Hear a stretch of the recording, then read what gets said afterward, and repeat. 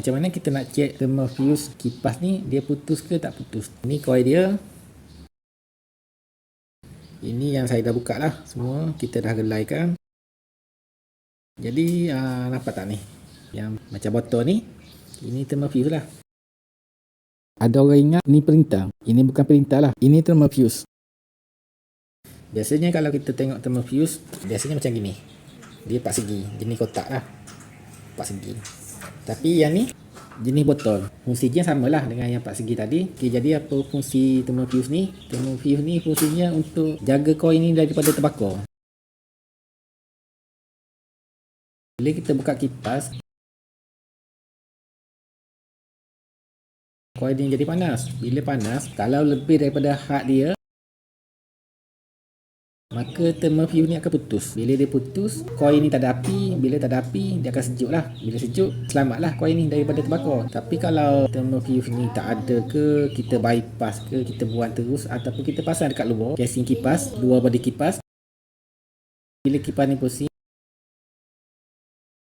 coil ni panas. Bila panas lebih daripada had coil kipas ni, maka tembaga dia akan terbakar.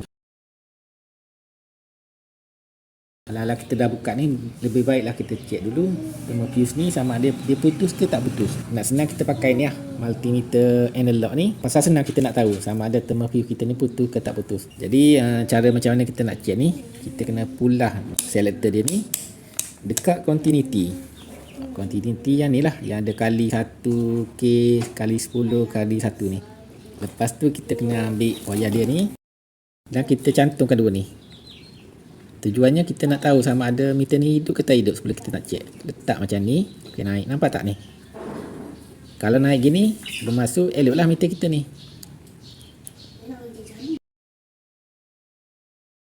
Tapi bila kita buat gini, tak naik meter ni, bermaksud meter ni rosak lah, kena check. Jadi kita dah check tadi, meter ni elok. Lepas tu kita letak sini lah, mana sini ataupun terbalik pun tak apa. Macam gini, mana-mana. Tak gini nampak tak? Meter naik tak? Naik ya. Kalau kita lepas, dia turun. Kalau kita letak, dia naik. Yang ni sama lah. Dia naik. Lepas dia turun, letak dia naik. Bermaksud thermal fuse ni dia elok, dia tak putus. Tapi bila kita check, dia jadi macam gini. Ni thermal fuse jugalah, tapi jenis kotak.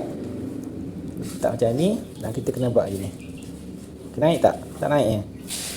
Kalau tak naik, dua sebab lah, sama ada thermal fuse ni putus ataupun meter kita rosak. Jadi kita nak tahu sama ada meter kita ni rosak ke tak rosak, cantumkan gini.